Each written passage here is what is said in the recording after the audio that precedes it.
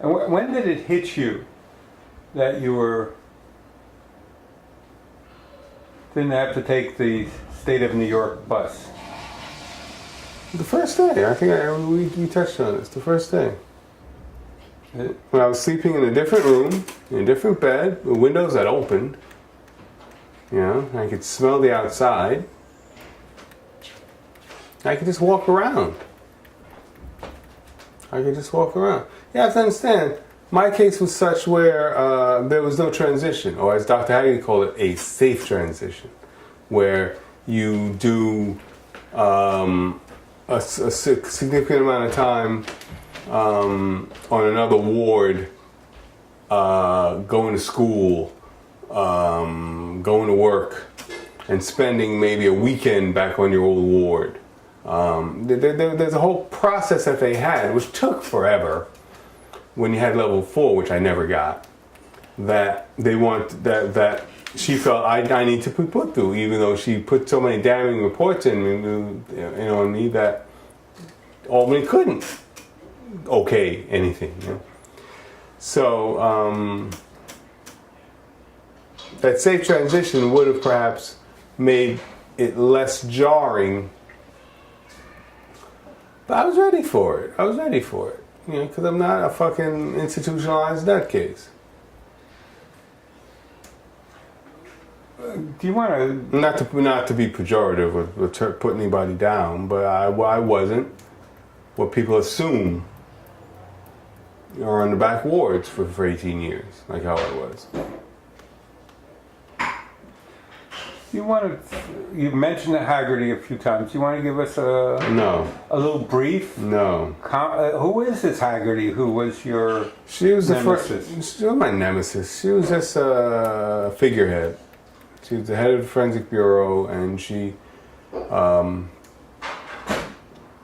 controlled who was discharged and who wasn't, who was a CPO patient, an insanity patient. And there was a handful of people that she felt that she would take on as her case and say, I'm going to help this guy. He's been here too long, and I reviewed his case, and I see that he deserves a shot, so I'm going to do everything in my power. I'm going to bend over backwards to make sure this person gets out. And she would. She'd go to the wall. She'd go to the wall again and again and again for certain patients. And there were also certain patients that she said, that motherfucker ain't going nowhere. And I was one of those patients.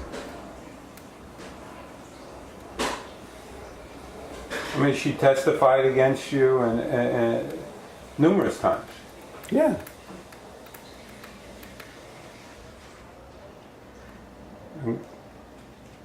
You don't hold any animosity towards her? Not really. No. She was doing her job.